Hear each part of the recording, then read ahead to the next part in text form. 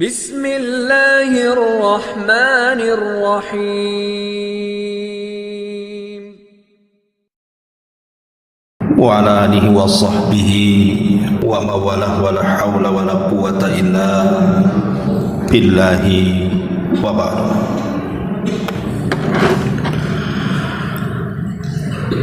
Alhamdulillah, di malam hari ini kembali kita duduk untuk bertalabul ilmi di Masjid Muhajirin. Salat dan juga salam kita hadiahkan kepada Rasul kita Nabi besar Muhammad sallallahu alaihi wa ala alihi wasallam. Pembahasan di malam hari ini masih seputar Palestina, dan kita beri tema di malam hari ini tentang kehancuran orang-orang Yahudi. Ma'asyiral muslimin yang dimuliakan Allah Azza wa Jalla, sebelum kita masuk pada temanya, kenapa saya ingin angkat permasalahan ini? Karena santer di media akhir-akhir ini, atau boleh dikata berita yang sangat viral sekali, bahwa kehancuran Zionis Yahudi di Israel ini semakin dekat. Bahkan diramalkan tidak lama lagi, tahun 2027. Tentu karena ada seorang ulama dari Palestina, Ahmad Yasin rahimahullah ta'ala, ketika diwawancarai beliau mengatakan, kenapa saya memastikan bahwa kehancuran Zionis Israel itu tidak akan lama. Alasannya karena berdasarkan Al-Quranul Karim, jadi berdalil dengan Al-Quran Al-Karim, di mana pernah saya ceritakan kepada antum tentang kisah Nabi Musa alaihi salatu wassalam yang terdampar di sebuah padang pasir. Ketika itu Nabi Musa harus melawan orang-orang Kaldaniun ataupun Kan'aniyun atau penduduk asli Palestina kala itu. Tapi kemudian Bani Israel menolak dan mengatakan perkataan lancang kepada Nabi Musa alaihi salatu wassalam, idhab anta wa rabbuka faqatila innaha huna qaidun. Kalau engkau ingin berperang, silahkan berperang. Kami Bani Israel akan duduk-duduk di sini. Ajak Tuhanmu berdua perang sana. Akhirnya sebab perkataan ini, maka Allah Subhanahu wa taala menurunkan azab kepada Bani Israel, tidak bisa keluar dari padang pasir itu. Yang Allah Subhanahu wa taala katakan, ya arba'ina sanatan yatihuna fil ardi, selama 40 tahun mereka seolah-olah linglung hanya berputar-putar di negeri itu saja, sampai wafat Nabi Harun dan juga Musa wafat di situ. Di dalam surat ini, arba'ina sanatan yatihuna fil ardi, 40 tahun mereka berkeliling, tidak bisa keluar dari negeri itu. Muncullah angka 40 di sini, angka 40 tahun. Ada apa dengan angka 40 tahun? Ada yang mengatakan bahwa, kata beliau Syekh Ahmad Yasin ini, karena Kita tahu bahwa Syekh Ahmad Yasin ini juga meninggal di tahun 2004 kalau tidak salah, setelah melaksanakan sholat subuh. Kemudian dibom mobilnya dan meninggal.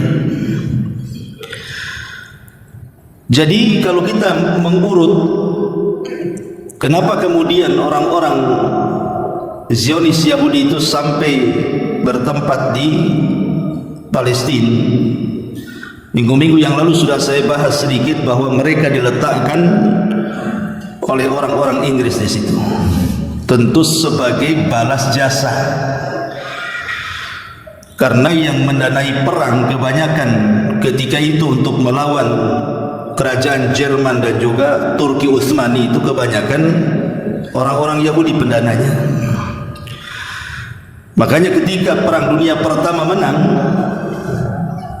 dimenangkan oleh Inggris, maka sebagai balas budi Inggris akhirnya meletakkan orang-orang Yahudi yang tersebar di Eropa, kemudian diberikan tanah dengan dalih sejarah, kemudian diletakkanlah di Palestina yang sekarang menjadi negara Israel. Lebih besar tanahnya dibandingkan orang asli Palestina sendiri. Lah, ada yang mengatakan bahwa, kata beliau, kata Syekh Ahmad Yasin ini, beliau mengatakan bahwa kemarin serangan 7 Oktober ya, yang ma'ruf ya beritanya kan, Hamas yang menyerang pertama, dan itu serangan yang tidak diduga-duga orang Israel. Mereka mengatakan bahwa kalau kita mengurut angka 40 itu, dari mulai berdirinya kerajaan Israel tahun 1948, disitulah mulai Israel berdiri di Palestina. Kemudian sampai 1988 itu puncak kejayaan orang-orang Israel, maksudnya membantai warga-warga Palestina. Nah, di tahun itu berdirilah Hamas katanya, dan sekarang usianya Hamas itu sudah hampir 40 tahun berdirinya Hamas itu. Berarti di sini sudah ada tanda-tanda kehancuran orang-orang Yahudi. Dan tepat di 2027 itu pas di angka 40 tahun. Makanya kemudian beliau, Syekh Ahmad Yasin, mengatakan bahwa sebentar lagi, kemudian beliau mengatakan sekitar 2027, maka dipastikan Zionis itu akan tumbang. Karena biasanya seseorang itu usianya dari usia 1 tahun sampai 40 tahun itu kan lagi kuat-kuatnya. Tetapi kalau sudah di atas 40 tahun itu sudah mulai rapuh orang itu. Artinya Yahudi menuju kerapuhan, sementara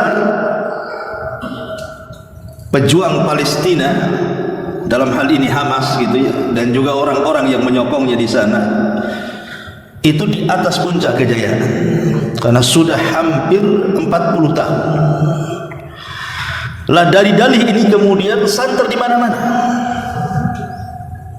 bahwa kejatuhan Zionis Yahudi itu sudah dekat. Buktinya daerah yang tidak punya negara dengan peralatan seadanya bisa memiliki alat-alat canggih dan bisa menyerang negara yang sangat kuat yang didukung oleh Amerika, Inggris, India dan yang lain. Kalau bukan tanda-tanda kemenangan, apa namanya? Itu kemudian menjadi viral hari ini bahwa Zionis Yahudi itu akan runtuh pada waktu yang sesingkat-singkatnya hitungan tahun ke depan. Tapi bagaimana pandangan kita? Pandangan Al-Quran, pandangan para ulama tentang ijtihadnya daripada Syekh Ahmad Yasin ini. Sebagian ulama kontemporer mengatakan bahwa itu kan ijtihadiyah saja. Kalau memang ijtihadiyah benar, alhamdulillah kita aminkan. Mudah-mudahan dalam waktu dekat Israel tumbang, kemudian Palestina merdeka. Itu harapan kita kaum muslimin di mana-mana. Kalau memang prediksi dia benar kan begitu. Tapi kalau seandainya tidak benar, jangan pula kemudian menyalahkan Al-Quran. Kalau begitu Al-Quran tidak benar, bukan Qurannya yang tidak benar. Kadang-kadang yang mentafsirkan itu yang salah. Taib masyarakat muslimin yang muliakan Allah Azza wa Jalla, malam ini kita akan fokus kepada surah Isra, karena disinilah rahasia tumbangnya Zionis Yahudi di akhir zaman. Masyarakat muslimin yang muliakan Allah Azza wa Jalla, dalam surah Isra ayat 1 sampai ayat 8, Allah Subhanahu wa taala berfirman, Subhanalladzi asra bi 'abdihi lailan minal masjidil haram ilal masjidil aqsa alladzi barakna haulahu linuriyahu min ayatina innahu huwas samiul basir. Maha suci Allah yang telah memperjalankan hambanya, maksudnya Nabi SAW, pada malam hari dari Masjidil Haram ke Masjidil Aqsa, yang telah kami berkahi sekelilingnya, agar kami memperlihatkan kepadanya sebagai tanda-tanda kebesaran kami, dan sesungguhnya Dia Maha mendengar lagi Maha melihat.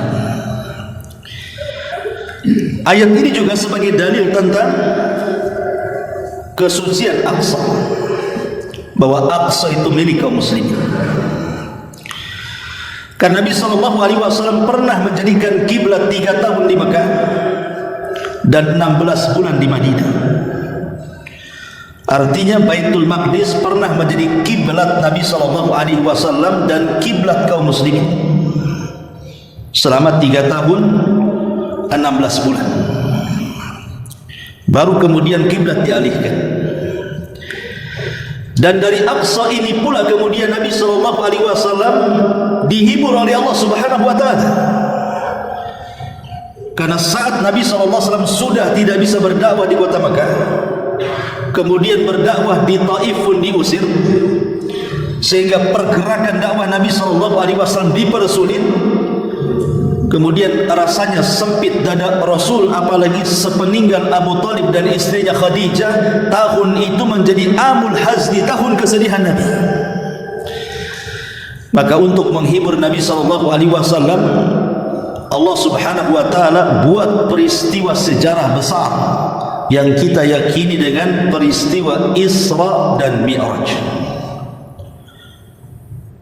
di mana Masjidil Aqsa sebagai akhir perjalanan Isra dan awal dari perjalanan Mi'raj dan akhir dari perjalanan Mi'raj. Bahkan Nabi SAW pernah sholat di situ, bahkan mengimami lagi seluruh para nabi di belakangnya, seolah-olah para nabi ini hendak menitipkan dan mewariskan Masjidil Aqsa kepada Nabi SAW sebagai akhirul anbiya wal mursalin, pemimpinnya para nabi dan rasul. Ma'asyiral muslimin yang dimuliakan Allah Azza wa Jalla, dan Allah katakan di sini alladzi barakna haulah, dan Aqsa itu adalah daerah suci, tempat suci ketiga setelah Masjidil Haram, Masjid Nabawi, kemudian Masjidil Aqsa.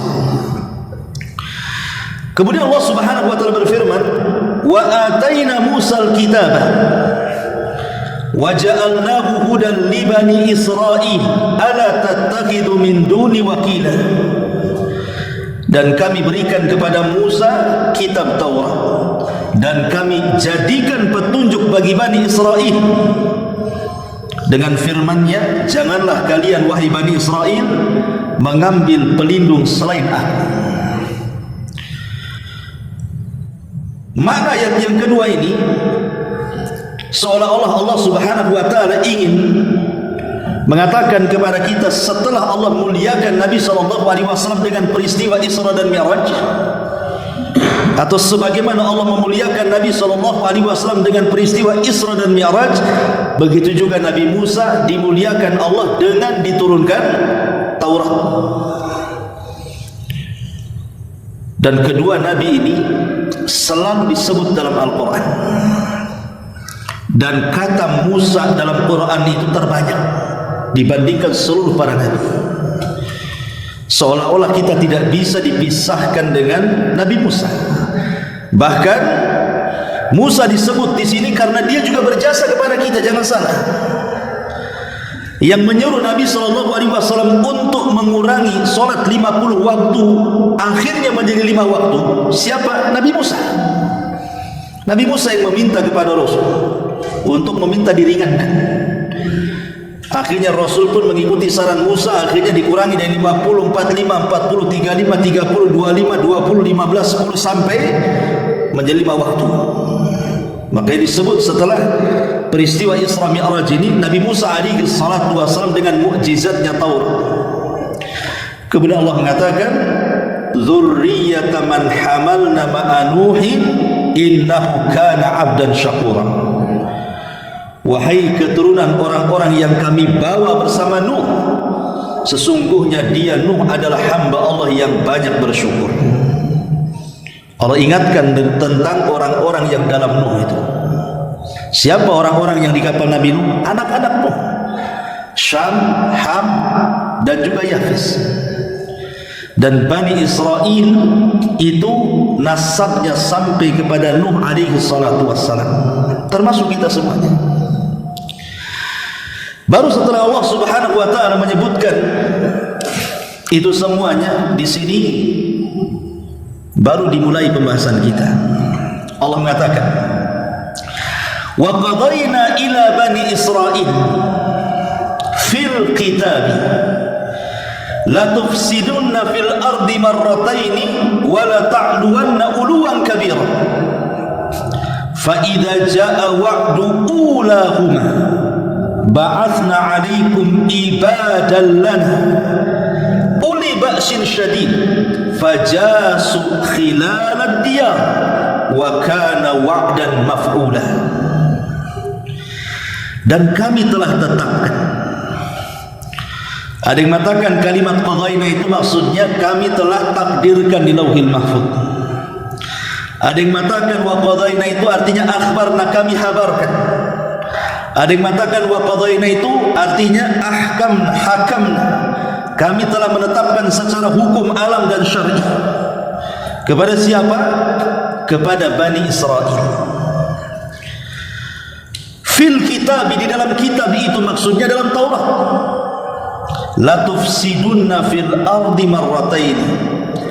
Kamu, maksudnya Bani Israel, pasti akan berbuat kerusakan di muka bumi ini 2 kali. Dan pasti kamu akan menyombongkan diri dengan kesombongan yang besar. Fa idza jaa wa'du ulahuma, maka apabila datang saat hukuman bagi kejahatan pertama,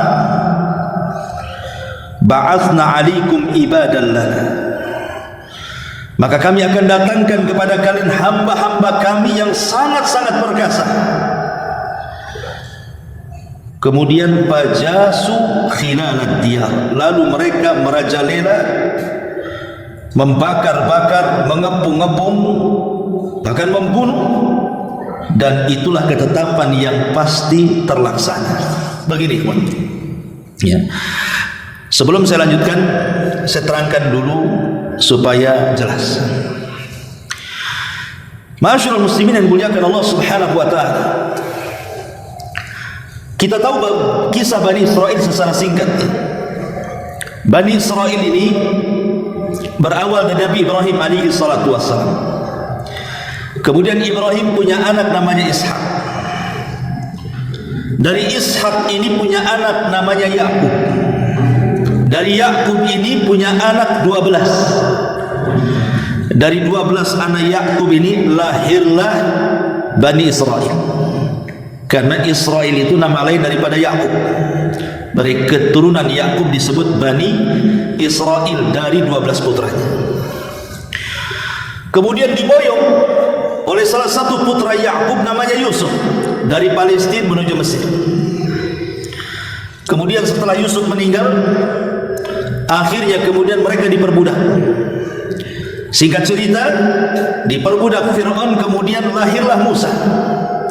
Maka Musa pun kemudian membawa Bani Israel menuju tanah perjanjian Palestina, tetapi terdampar di bumi linglung karena mereka tidak mau diajak jihad. Sampai Musa wafat, Harun pun wafat. Kemudian lahirlah generasi kedua, generasi para pemberani Bani Israel. Kemudian mereka dipimpin oleh Yusha ibn Nun. Oleh Yusha ibn Nun inilah akhirnya berhasil membebaskan Baitul Maqdis, mampu melawan orang-orang Kaldaniun, orang-orang Kan'aniun, orang-orang asli Palestina. Kemudian setelah kalah mereka bisa menguasai Al-Quds, Baitul Maqdis. Tetapi setelah Yusha ibn Nun meninggal dunia, ya sekitar 300 tahun setelahnya, muncullah Nabi Allah Daud alaihi salatu wassalam, dan itu puncak kemakmuran Bani Israel. Nabi yang sangat dicintai Bani Israel, Nabi Daud alaihi salam, yang menggabungkan antara kekuasaan dan kenabian. Dan puncak kesejahteraan Bani Israel ketika Daud meninggal kemudian dipimpin Nabi Sulaiman. Itulah puncak kejayaan Bani Israel ketika dipimpin oleh Nabi Sulaiman. Tapi setelah Sulaiman meninggal, kemudian dipimpin anaknya namanya Rob'am ibn Sulaiman, mulailah kemudian mengendor. Apalagi setelah Rob'am ibn Sulaiman ini meninggal dunia, disinilah kemudian mulailah Bani Israel jauh dari para nabi, bahkan cenderung menentang para nabi, mulai menukar Taurat dengan sihir, mulai kemudian mereka melakukan riba, melakukan kezaliman, berani mencela Allah Subhanahu wa taala, sebagaimana Allah katakan ucapan Bani Israel, ucapan Yahudi kepada Allah Subhanahu wa taala, innallaha faqir wa nahnu aghniyah. Allah itu miskin, kami yang kaya. Mulai mereka berani mencela Allah, bahkan mencela para nabi, bahkan membunuh para nabi. Itulah kerusakan pertama yang Allah Subhanahu wa taala katakan di sini. Wa qadayna ila bani Israila fil kitabi la tufsidunna fil ardi marratain. Dan kami tetapkan terhadap Bani Israel dalam Taurat itu, kamu pasti akan berbuat kerusakan di muka bumi 2 kali. Kapan yang pertama? Ini yang pertama setelah meninggalnya Rob'am ibn Sulaiman, putra Sulaiman yang mewarisi tahta Sulaiman. Disitulah mulai kacau, Bani Israel kacau. Mereka kemudian setiap nabi yang memimpin mereka langsung dibantai. Karena Nabi SAW mengatakan dalam sebuah hadis, kanat Banu Israel tasusuhumul anbiya kullama halaka nabiyyun khalafahu nabiyyun. Dulu Bani Israel, kata Nabi SAW, dipimpin para nabi. Setiap nabi meninggal maka datang nabi yang lain, meninggal nabi, begitu seterusnya. Tapi setelah kemudian di zaman berlalunya Rob'am ibn Sulaiman, mulai rusak. Itulah kerusakan pertama di sini. Dan puncaknya adalah ketika mereka sudah mulai membunuh para nabi, bahkan nabi-nabi yang tercantum dalam Al-Quran. Mereka membunuh Zakaria, mereka membunuh Yahya, bahkan mereka melakukan percobaan membunuh Isa bin Maryam. Menurut keyakinan mereka, mereka berhasil membunuh Isa. Tapi menurut keyakinan kita, Isa tidak dibunuh, Isa tidak disalib, bahkan Isa diangkat ke langit. Kemudian Allah Subhanahu wa taala katakan, fa idza jaa wa'du ulahuma, apabila datang saat hukuman kejahatan mereka yang pertama, karena mereka sudah kurang ajar. mendustakan para nabi, membunuh para nabi, macam-macam mereka, kesombongan mereka di hadapan Allah Subhanahu wa taala. Dari sini Allah mengatakan, ba'atsna 'alaikum ibadan lana uli ba'sin syadid. Maka sebagai bentuk balasan kejahatan mereka, kami datangkan kepada kalian dari hamba-hamba kami yang perkasa. Fajathu khilalad diyah. Hamba-hamba ini menghancurkan, karena dikatakan jathu dalam bahasa Arab itu artinya membakar. Membakar, menghancurkan, membunuh, ya kan? Wa kana wa'dan maf'ula, dan itulah ketetapan yang pasti terlaksana. Sebagian ahli tafsir memang berbeda pendapat. Siapa yang menghukum kejahatan Bani Israel yang pertama itu? Ada yang mengatakan bahwa Allah Subhanahu wa taala kirim kepada mereka Maliku Babil, Raja Babylon, namanya Bukhtun Nasr. Bukhtun Nasr ini membawa pasukan besar di malam hari, kemudian menghancurkan Palestina sehancur-hancurnya.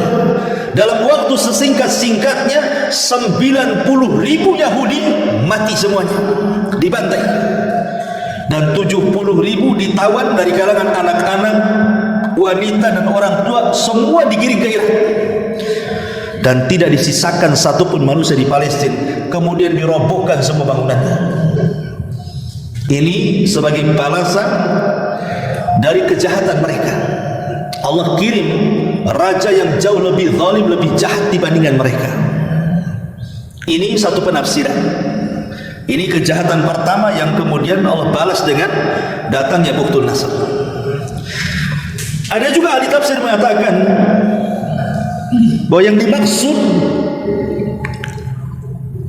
ibadah lana, hamba-hamba yang kami utus kepada mereka ini bukan cerita di zaman sebelum Nabi. Jadi bukan cerita Yahudi di zaman sebelum Nabi, tapi ayat ini turun bicara soal Yahudi di zaman Nabi. Ketika orang-orang Yahudi mereka mengalami kekalahan perang di Yerusalem, maka banyak di antara mereka yang kemudian hijrah meminta suaka, dan kebanyakan mereka kemudian mengarah ke Madinah, yang dulu mereka sebut sebagai kota Yathrib. Disitulah kemudian Yahudi bercokol. Ada Yahudi Bani Quraiqah, ada Yahudi Bani Nadir, ada Yahudi Bani Quraidah, termasuk juga Yahudi Khaybar, dan beberapa kabilah-kabilah Yahudi kecil yang ada di sekitarnya. Lambat laun mereka pun menguasai Yathrib, padahal mereka pendatang, tapi mereka mulai menguasai Yathrib, menguasai ekonomi, mulai sombong, congkak, kemudian menindas orang-orang Arab, persis seperti sekarang, di mana orang-orang Zionis Yahudi itu yang dulu tidak punya negara kemudian mencaplok tanah Palestina. Setelah dicaplok kemudian mereka pun menguasai, berlaku zalim, aniaya, bahkan setiap hari mereka melakukan pembunuhan. Dan puncaknya adalah bulan-bulan ini. Bayangkan 1 bulan lebih saja sudah 12.000 jiwa melayang, 4.000-nya anak-anak, 2.000 lebih perempuan, dan lebihnya orang-orang sipil. Tentara itu tak banyak yang mati. Sebenarnya melawan siapa Anda ini? Ma'asyiral muslimin yang dimuliakan Allah Subhanahu wa taala. Jadi ketika Nabi sallallahu alaihi wasallam kemudian hijrah dari Mekah ke Madinah, maka Nabi sallallahu alaihi wasallam mulai melakukan pengusiran orang-orang Yahudi. Bukan kita yang mengusir, salah mereka sendiri. Karena mereka kaum yang tidak mau menerima kebenaran dan kenabian dan kerasulan Rasul kita Muhammad sallallahu alaihi wasallam, dan mereka para pengkhianat. Ingat kisah yang sering saya ceritakan, kisah tokoh Yahudi namanya Huyai ibn Akhtab. Huyai ibn Akhtab ini ketika mendengar Nabi sallallahu, ini tokoh Yahudi, Huyai ibn Akhtab ini mendengar Nabi hijrah dari Mekah ke Madinah dan berada di Kuba, Huyai bin Akhtab ini ingin memastikan dengan saudaranya Yasir, betul gak dia Nabi yang dijanjikan dalam Taurat kita ini? Dari pagi sampai siang sampai sore mengintai. Rupanya setelah dicermati betul ciri-ciri yang ada pada Nabi kita Muhammad SAW semua ada dalam Taurat. Sehingga Yasir mengatakan kepada Huyai bin Akhtab, ya Huyai, huwa, apa dia memang orangnya? Kata Huyai, iya dia mengakui. Kemudian kata Yasir, apakah kita perlu mengikuti agamanya? Dia mengatakan tidak. Saya akan tetap memusuhi dia sampai mati. Tahu kebenaran, tapi tetap memusuhi Nabi SAW. Dari sini kita tahu bahwa mereka itu tidak mendustakan Nabi, tetapi mereka hanya karena menyimpang dari ayat-ayat Allah saja. Mereka yakin itu Nabi, tapi mereka menyimpang. Makanya ketika kemudian Bani Quraidah jatuh ke tangan kaum muslimin, diserang, lah ketika itu Huyai bin Akhtab ketangkap dan hendak dibunuh. Apa kata Nabi SAW? Ya Huyai, kenapa kau tidak mengakui agama? Dia mengatakan, aku tidak menyesal karena memusuhimu sampai mati, katanya. Dia mengatakan tidak menyesal. Akhirnya dipenggal kereta. Tapi dari sini kita tahu bahwa Nabi SAW akhirnya kemudian setelah pengkhianatan Bani Quraidah, kemudian juga Bani Quraidah, kemudian juga Bani Nadir, terakhir di Khaybar, maka Nabi SAW berhasil mengusir orang-orang ini, keluarkan dari kota Madinah. Sebagiannya dihukum, sebagian diusir. Dan itu karena apa? Karena kerusakan mereka ketika mereka tinggal di kota Madinah. Mereka menjadi umat perusak. Maka datanglah Nabi SAW mengusir mereka. Ini kerusakan pertama. Ini penafsiran yang kedua. Bahwa kerusakan mereka adalah kerusakan ketika orang Yahudi di Madinah merusak, maka Allah datangkan hamba-hamba yang kuat kemudian menghabiskan mereka. Ini penafsiran yang pertama. Kerusakan yang pertama, penafsiran yang kedua. Tetapi kemudian apa yang terjadi? Summa radadna lakumul karrah. Summa radadna lakumul karrata alaihim wa amdadnakum bi amwali wa banin wa ja'alnakum aktsara nafira. Masyaallah muslimin yang dimuliakan Allah Azza wa Jalla, ingat, setelah orang-orang Yahudi terusir dari kota Madinah, mereka kan sentang perenang ke mana-mana, menyebar di Syam, di mana-mana. Ditambah-tambah kemudian mereka dihabiskan oleh orang-orang Romawi. Itu yang paling parah juga kan, orang-orang Romawi itu membantai orang-orang Yahudi luar biasa juga, sama kurang lebih. Masyaallah muslimin yang dimuliakan Allah Azza wa Jalla, sehingga ketika itu Yahudi tidak banyak, memang di mana-mana, yang kuat orang Nasrani. Tapi kemudian di zaman Umar radhiyallahu an, ketika orang Nasrani menguasai Al-Quds, maka berhasil dikalahkan dengan damai. Kemudian Al-Quds jatuh ke tangan kaum muslimin, di tangan Amirul Mukminin Umar bin Khattab berabad-abad. Tapi Allah takdirkan akhirnya dicaplok lagi orang-orang Nasrani. Tapi di zaman Salahuddin Al-Ayyubi diambil lagi Al-Quds. Tapi lama-lama sudah tidak dipegang Nasrani. Hari ini Yahudi yang pegang.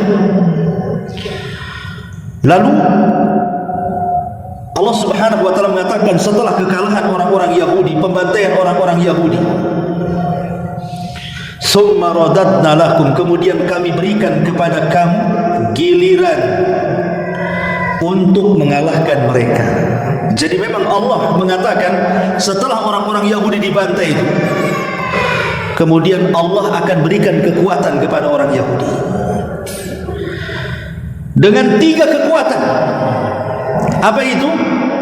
Wa amdadnakum bi amwalin, kami akan membantu kalian wahai orang-orang Bani Israel dengan harta kekayaan. Wa banin, dan anak-anak. Wa ja'alnakum aktsara nafira, dan kami jadikan kalian kelompok-kelompok yang lebih besar dibandingkan yang lainnya. Kata ulama tafsir mengatakan, dan ayat ini adalah ayat bukti kita saksikan Yahudi hari ini. Lihat Yahudi hari ini. Allah Subhanahu wa taala katakan di sini, kemudian kami berikan kepada kamu wahai Bani Israel giliran untuk mengalahkan mereka. Kami membantumu dengan harta. Siapa yang memegang ekonomi dunia hari ini? Yahudi. Kemudian juga wabanin, dan juga anak-anak tentara-tentara. Lihat sekarang pasukan Yahudi ini kalau minta senjata ke Amerika, ke Inggris, bukan hitungan bulan, hitungan hari dah datang senjatanya. Bisa dipersenjatai, pasukannya banyak. Bahkan waja'alnakum aktsara nafira, dan kami jadikan kamu kelompok yang sangat besar. Sebenarnya tidak besar, tapi sokongannya kan dari negara-negara besar kan. Coba yang nyokong Israel itu siapa? Amerika. Ini negara pemilik nuklir semuanya yang menyokong Israel ini. Amerika, Inggris, India, Prancis. Ini kan semua negara-negara yang punya nuklir itu. Yang bukan sedikit nuklirnya. Punya senjata-senjata canggih kan. Persis seperti Allah katakan di sini. Di mana Allah Subhanahu wa taala katakan, "Wa ja'alnakum aktsara nafira." Dan kami jadikan kamu kelompok-kelompok yang besar, besar segalanya. Menguasai media. Siapa yang menguasai media? Yahudi. Yahudi menguasai media. Makanya karena dia menguasai media, dia bisa mengotak-atik sejarah bahwa negeri Palestina itu negeri mereka. Padahal orang-orang Nasrani sejak dulu juga membantah. Masyaallah muslimin, bahkan sebagian Yahudi pun membantah. Kan yang tinggal di Israel itu kan hanya 50% saja Yahudi itu. 50%-nya kan tersebar di mana-mana. Sebagian mereka ada yang tidak setuju tinggal di Palestina, orang Yahudinya sendiri gitu, yang tahu sejarah, yang maksudnya sejarah yang benar ya. Tetapi memang cerdasnya Yahudi, mereka mulai kemudian berusaha dengan media yang mereka miliki, dan orang-orang yang tidak paham sejarah akhirnya termakan. Oh betul juga itu tanahnya mereka, karena jahilnya sejarah kan begitu. Ma'asyiral muslimin yang dimuliakan Allah Subhanahu wa taala. Maka Allah katakan ayat selanjutnya, in ahsantum li anfusikum. Jika kamu berbuat baik, hei orang-orang Yahudi Bani Israel, jika kalian berbuat baik, kembali kepada Allah, bertobat dan begitu seterusnya, mengikuti ajaran yang benar, maka kebaikan itu akan kembali kepada diri kalian. Boleh jadi kenikmatan yang Allah anugerahkan itu akan dilanggengkan, berupa banyaknya harta, banyaknya anak-anak, banyaknya penyokong gitu. Tetapi kata Allah, wa in asa'tum falah, dan jika kamu berbuat jahat, dan sekarang kita lihat kejahatan orang Yahudi luar biasa, falaha, maka kerugian kejahatan itu akan kalian tanggung sendiri.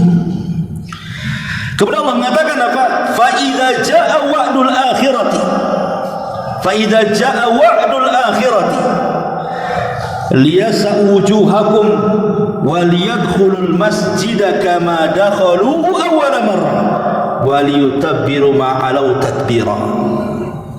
Apabila datang saat hukuman kejahatan yang kedua. Di sini tadi kan Allah mengatakan, dan kami sudah tetapkan kepada Bani Israel mereka akan melakukan dua kejahatan kan. Kejahatan yang pertama sudah selesai. Ada yang mengatakan ini di zaman setelah Nabi Sulaiman, putra Sulaiman, mereka melakukan kejahatan sampai membunuh para nabi, maka Allah kirim kepada mereka Bukhtun Nasr. Ada juga yang mengatakan kejahatan mereka adalah orang-orang Yahudi di zaman Rasul, maka Allah kirim Nabi untuk menghancurkan mereka, mengusir mereka dari tanah kota Madinah. Nah ini datang kejahatan yang kedua. Kapan itu kejahatan yang kedua? Kejahatan yang kedua ini hari ini, sekarang ini kejahatan yang kedua. Setelah Allah Subhanahu wa taala berikan 3 nikmat tadi kan, 3 nikmat berupa orang-orang Yahudi bisa mengalahkan musuh mereka, ya termasuk kita dikalahkan, umat Islam dikalahkan. Itu kenikmatan bagi orang Yahudi yang Allah berikan. Kemudian yang kedua, diberikan keturunan. Dulu orang-orang Yahudi itu dibantai, sejak zaman Fir'aun sudah ada genosida. Dulu mereka yang digenosida oleh siapa? Fir'aun. Fir'aun itu membunuh anak-anak Yahudi itu, yang laki-lakinya. Kemudian yang akhir-akhir berikutnya setelah di zaman Fir'aun jauh, kemudian di Perang Dunia Kedua, kita ingat pembantaian orang-orang Nazi kan? Itu kan betul-betul genosida yang betul-betul pemberantasan orang-orang Yahudi, betul-betul dihabiskan oleh orang-orang Jerman itu, Nazi itu. Akhirnya kemudian sebagian mereka lari kan? Lari ke Israel. Harusnya mereka bersyukur. Harusnya mereka bersyukur kan begitu ya. Masih adalah keturunan mereka yang masih hidup, gitu maksudnya. Setelah dulu di zaman Fir'aun, di zaman Nazi, harusnya mereka bersyukur. Sekarang terbalik mereka melakukan genosida kepada kaum muslimin. Dulu mereka digenosida, sekarang mereka yang menggenosida. Tapi mereka salah kalau mau balas dendam. Kenapa kepada kaum muslimin? Yang menggenosida mereka siapa? Orang-orang Nazi, bukan orang Islam. Sebelumnya Fir'aun juga bukan orang Islam. Kenapa kemudian mereka dendamnya kepada kaum muslimin? Ma'asyiral muslimin yang dimuliakan Allah Subhanahu wa taala.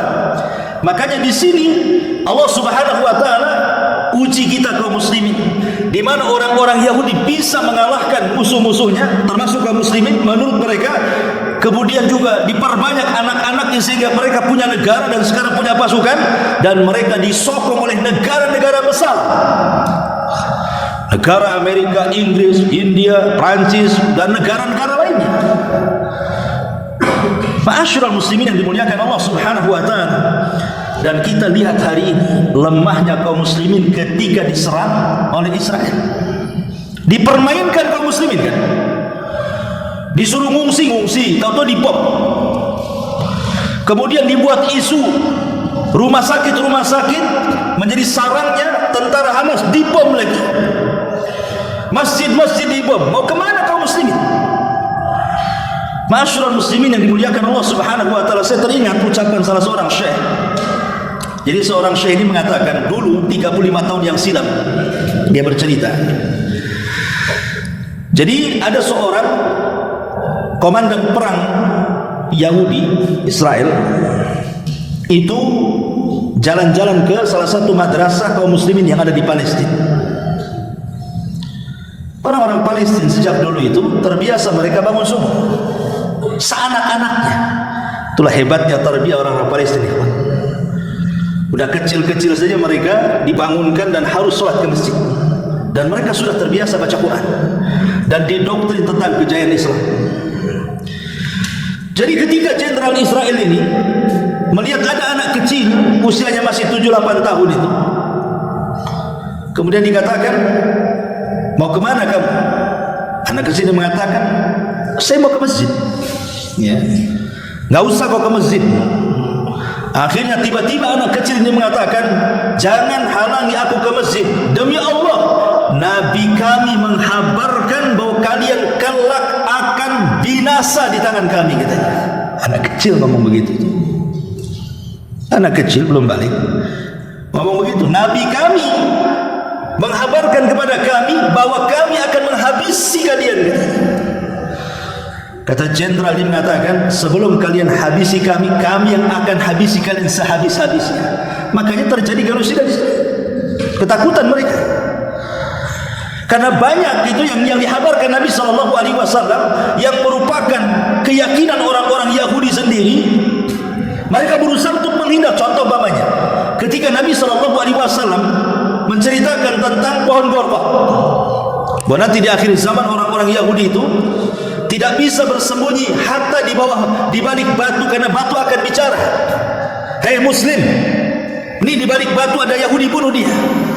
Semua benda-benda akan bicara dan memberitahu Yahudi di mana, kecuali pohon Gorgah. Sekarang kita lihat di Israel, pohon yang paling banyak ditanam adalah Gorgah. Gila-gilaan mereka menanam pohon Gorgah sampai hari ini. Ditanam di pinggir-pinggir jalan, di hutan-hutan semuanya. Bocor hadis ini sama mereka. Ya. Tapi lihat mereka yakin. Artinya kan mereka yakin dengan penghabaran Nabi Shallallahu Alaihi Wasallam, karena boleh jadi mungkin sudah terdapat juga dalam Taurat mereka. Cuman karena sebagian Taurat mereka sudah dihapuskan, dijadikan Talmud, dan Talmud ini kitab yang sangat-sangat memusuhi di luar Yahudi. Itulah kenapa orang-orang Yahudi bengisnya kepada orang-orang di luar Yahudi itu, karena kitab Taurat sudah diganti dengan Talmud. Dan isi Talmud itu isinya kebencian dari awal sampai akhir. Mereka merendahkan setiap umat selain Yahudi, mau Islamnya mau Nasraninya. Dan dalam kitab itu mereka merasa bahwa mereka anak-anak Allah, mereka orang-orang pilihan Allah, yang lain itu hina rendah. Makanya Allah bantah dalam Al-Quran, Qul falima yu'adzibukum bidunubikum. Kalau kalian anak-anak pilihan, kenapa Allah azab kalian? Kenapa Allah azab kalian? Sejak zaman Bani Israel Allah azab kalian. Sebagian kalian dikutuk jadi kera dan babi, sebagian kalian diturunkan taun, sebagian kalian disambar halilintar, kemudian juga kalian dihabiskan oleh Bukhtun Nasr, dihabiskan oleh Nasrani, terakhir oleh Nazi, dan begitu seterusnya. Lah kalau anak-anak pilihan kenapa terusir ke sana kemari? Kalian bukan anak-anak pilihan. Ma'asyiral muslimin yang dimuliakan Allah Azza wa Jalla.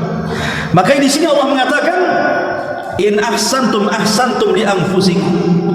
Kalau kalian berbuat baik, taat kepada Allah, kembali kepada ajaran yang benar, maka nikmat itu akan tetap pada kalian. Tetapi wa in asatum, kalau kalian berbuat jahat, dan sekarang kejahatan mereka sudah nampak.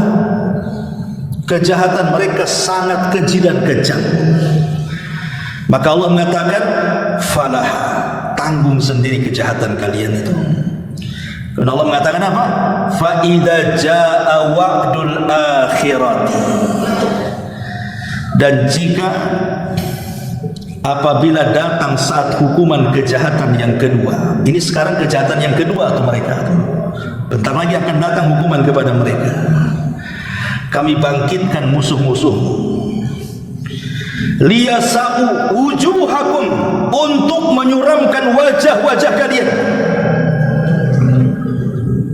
Lalu mereka waliyadkhulul masjida kama dakhalu, mereka akan masuk ke dalam Masjidil Aqsa sebagaimana ketika mereka memasukinya pertama kali, dan mereka membinasakan apa saja yang mereka kuasai.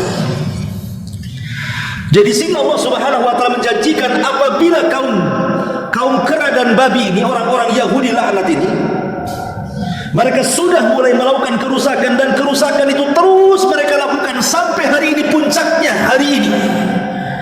Hampir 1 bulan lebih pembantaian itu.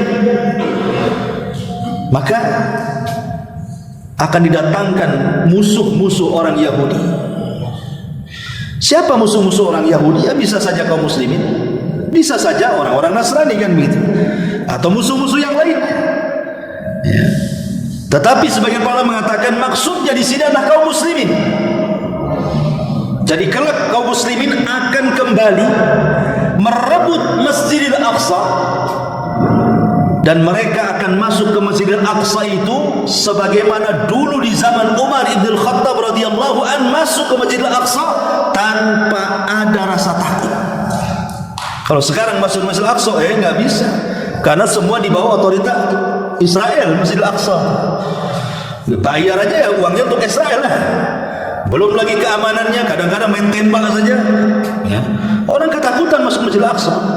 Tapi nanti Allah sudah janjikan ini, nanti orang-orang Yahudi Zionis itu akan dibinasakan oleh musuh mereka, maksudnya kaum muslimin. Dan kaum muslimin akan bisa merebut Masjidil Aqsa. Apa ya? Subhanallah. Iya. Iya, ada apa? Ini kayak sirna arendom saja. Baik. Jadi intinya bahwa kaum muslimin akan kembali merebut Baitul Maqdis dan akan mengalahkan Zionis Yahudi. Subhanallah, Allah memberikan tabiat yang terakhir. Ini tabiatnya orang Yahudi. Waliyutabbiru ma'alau tadbira. dan mereka membinasakan apa saja yang mereka kuasai. Ingat orang Yahudi, kalau mereka sudah ada tanda-tanda kekalahan, maka mereka akan menghancurkan rumah-rumah mereka. Mereka akan menghancurkan rumah-rumah mereka sendiri, akan menghilangkan semua harta mereka sendiri, supaya jangan ada yang diserahkan secuil pun kepada musuh-musuhnya. Pelitnya orang Yahudi. Jadi kalau sudah nampak mau kalah nih, mereka akan hancurkan rumahnya. Emas-emas mereka buang semua, dibuang, uangnya dibakar supaya jangan diambil. Itulah mereka orang-orang Yahudi. Jangan ada satu barang pun direbut oleh musuh-musuhnya, padahal mereka sudah mau kalah. Ma'asyiral muslimin yang dimuliakan Allah Subhanahu wa taala, intinya kapan kaum muslimin bisa mengalahkan mereka? Kapan? Ini kan jelas janji Allah nih. Apabila mereka melakukan kerusakan yang kedua, maka kaum muslimin akan mampu mengalahkan orang-orang Yahudi dan mampu memasuki Masjidil Aqsa seperti awal pertama kali di zaman Umar bin Khattab radhiyallahu anhu. Lah dari sini kemudian muncul prediksi seperti ini. Sampai keluarlah fatwa siapa tadi? Ahmad Yasin. Karena sekarang sudah lihat bagaimana kerusakan orang-orang Yahudi dan bagaimana kecanggihan Hamas kan itu ya. Kelompok kecil yang tidak punya negara, yang hanya di bawah otoritasnya Israel kan itu. Mereka pun negaranya kecil, kok bisa kemudian menggalang kekuatan begitu luar biasa. Sekali nyerang 5.000 roket itu dari mana? 5.000 roket itu dari mana coba ingat? Bukan sedikit 5.000 roket ketika badai Al-Aqsa. Sehingga banyak orang yang prediksi, ya, jangan-jangan kemudian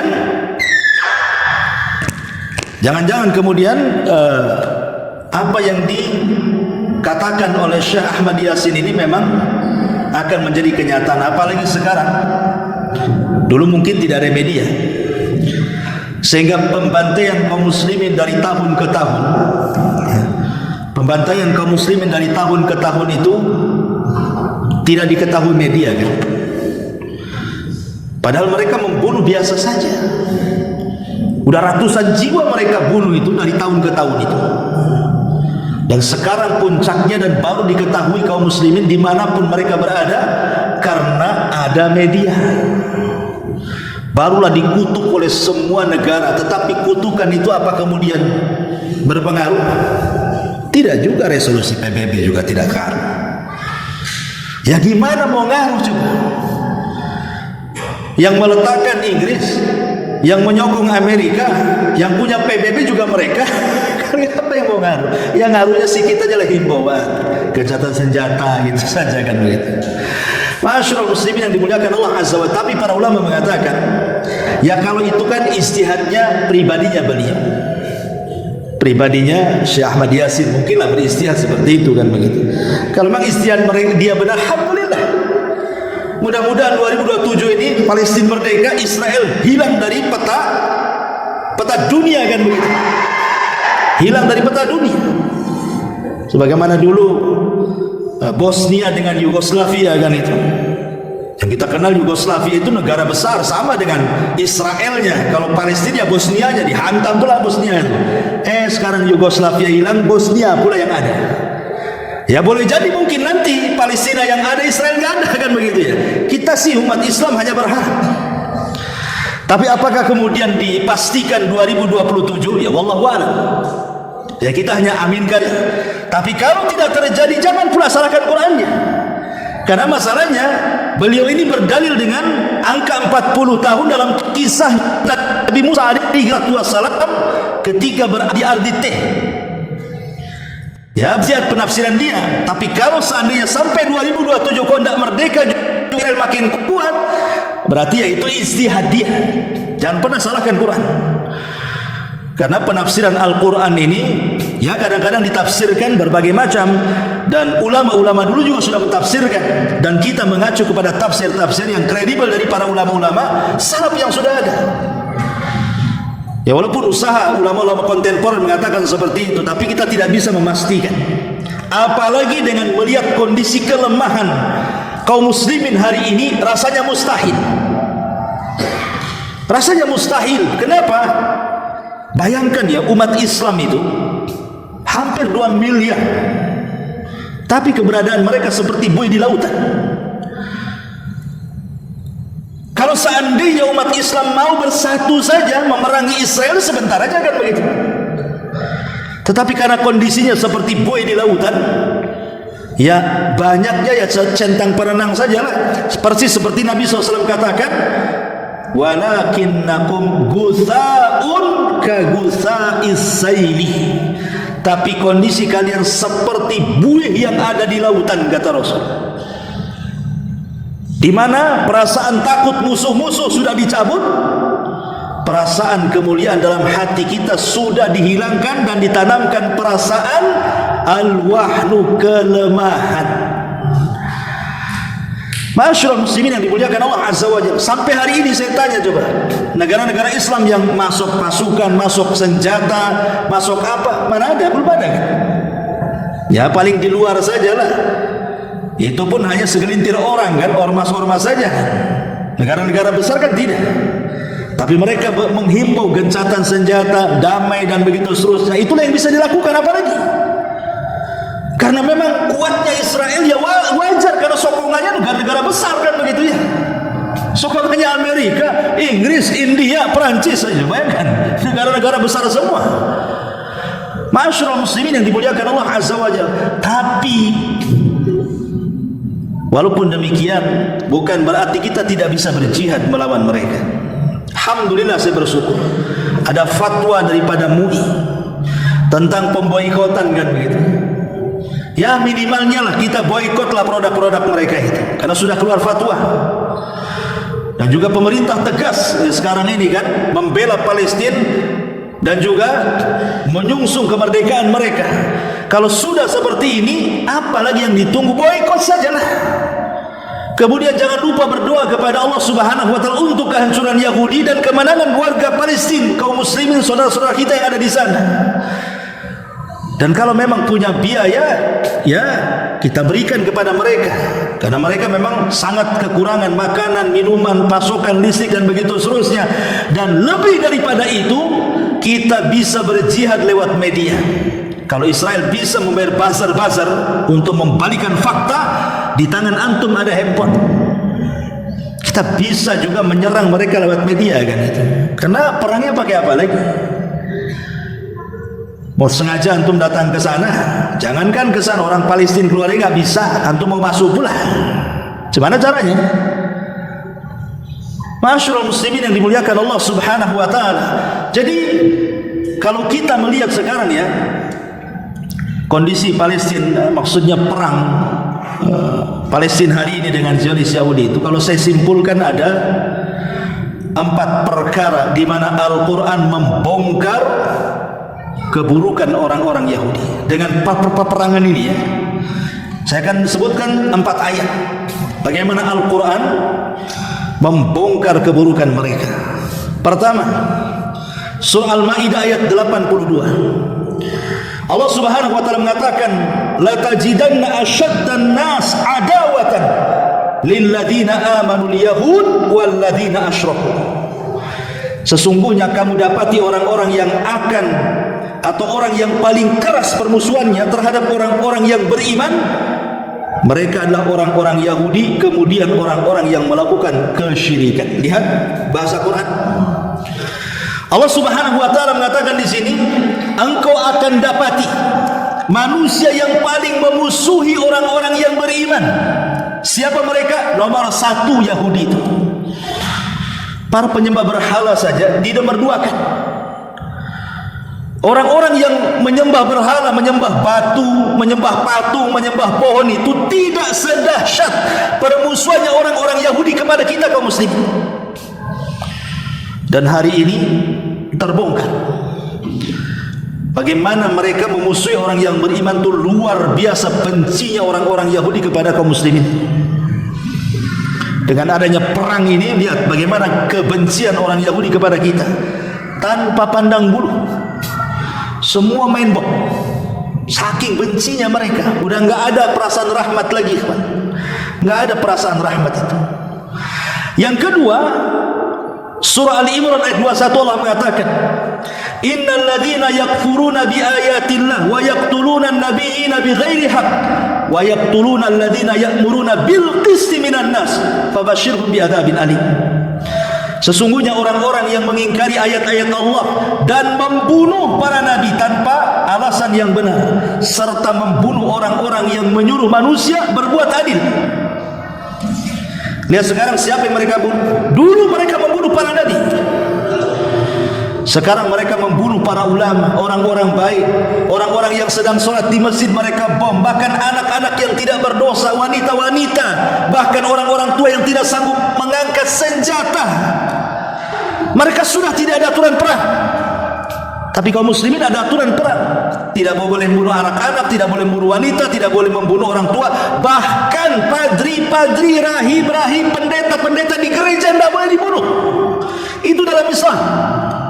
Tapi mereka tidak, ya. Dan ini lihat faktanya hari ini. Kemudian yang ketiga, surah Al-Anfal ayat 73. Allah mengatakan walladzina kafaru ba'duhum awliya'u ba'din. Dan orang-orang kafir sebagian mereka akan menjadi pelindung bagi yang lainnya. Lihat, Amerika dengan Yahudi beda agama, tapi sama-sama kafir. Maka orang kafir melindungi kafir yang lainnya. Amerika kan kebanyakan Nasrani. Kalau Israel jelas-jelas Yahudi kan. Kenapa Nasrani membantu Yahudi? Karena Allah yang mengatakan bahwa orang-orang yang adapun orang-orang kafir sebagian mereka pasti akan menyokong sebagian yang lain. Karena dalam Islam al-kufru millatun wahid, kekafiran itu satu agama. Walaupun demikian, sabhum jami'an wa qulubuhum syatta. Kau lihat mereka bersatu, hakikatnya mereka berperang karena mereka bersatu itu semua ada kepentingan di baliknya. Dan yang keempat, yang terakhir, Allah menyatakan dalam surah Al-Baqarah 96, wala tajidannahum ahrasan nasi ala hayatin wa minal ladzina asyraku yawaddu ahaduhum law yu'ammaru alfa sanatin wa ma huwa bimuzahzihi minal adzabi an yu'ammar wallahu basirun bima ya'malun. Dan sungguh engkau wahai Muhammad akan mendapati mereka orang-orang Yahudi, manusia paling tamak akan kehidupan dunia, bahkan lebih tamak dibandingkan orang-orang musyrik. Masing-masing dari mereka ingin berumur 1000 tahun, padahal umur panjang itu tidak akan menjauhkan mereka dari azab, dan Allah Maha melihat apa yang mereka kerjakan. Yahudi itu paling tamak kepada dunia, sebab itu mereka orang yang paling pengecut. Lihat hari ini tentara-tentara Yahudi yang diberitakan itu, sampai stres tentaranya itu, sampai minum pil. Bahkan ada orang Yahudi itu sampai nggak mau perang lagi, sampai resign dia dari kesatuannya, karena menghadapi kaum muslimin yang mereka para pemberani, berani mati. Mereka istilahkan melawan barbar gitu ya. Bukan, kita bukan barbar. Memang kita ini kalau sudah di hadapan kita musuh, maka ada istilah mut syahidan, matilah dalam kondisi syahid. Apalagi jihad bagi mereka itu wajib, karena diserang. Jihad bagi orang-orang Palestina itu sudah wajib, wajib ain, bukan wajib kifayah lagi, wajib ain. Dan mereka mendapatkan keutamaan ribat, ikhwan. Apa itu ribat? Ribat itu mereka berada di perbatasan perang, dan mereka selama hidup mereka sampai hari ini mereka senantiasa di perbatasan. Kenapa di perbatasan? Mau keluar dari mana? Orang-orang Palestina itu mereka di penjara besar yang sewaktu-waktu bisa dibom, bisa ditembak, bisa dibunuh. Maka mereka itu berada di ribat, selamanya mereka di ribat. Maka mereka akan dapat keutamaan ribat itu. Masyarul muslimin yang dimuliakan Allah Azza wa Jalla, lihat, mereka pemberani luar biasa. Tapi orang-orang Israel memang para Yahudi itu pengecut. Beraninya kepada anak-anak, beraninya kepada perempuan, beraninya kepada orang-orang tua yang tidak mengangkat senjata, beraninya lewat atas main bom saja. Makanya betul kata Al-Quran di sini kan, Allah mengatakan, dan sungguh engkau Muhammad akan mendapati orang-orang Yahudi, manusia yang paling tamak kepada dunia, takut mati. Itu hakikat mereka sebenarnya. Dan itu kita lihat dari peristiwa perang hari ini Gaza melawan Zionis Yahudi itu. Inilah 4 fakta yang kita saksikan, yang kita ambil dalam Al-Quran. Surah Al-Ma'idah 82, Surah Al-Imran 21, Al-Anfal 73, dan Al-Baqarah 96. Wallahu a'lam bishawab. Sampai di sini, subhanallahi wa bihamdika, asyhadu an la ilaha illa anta, astaghfiruka wa atubu ilaik. Wallahu ta'ala a'lam. Assalamualaikum warahmatullahi wabarakatuh.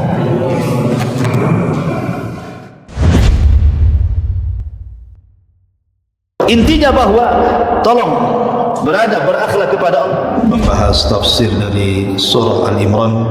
Lahirlah Imam Muslim, Abi Dawud, Tirmidzi, Ibnu Hibban. Jadi ketika Yunus alaihi salatu wassalam terkena undian itu,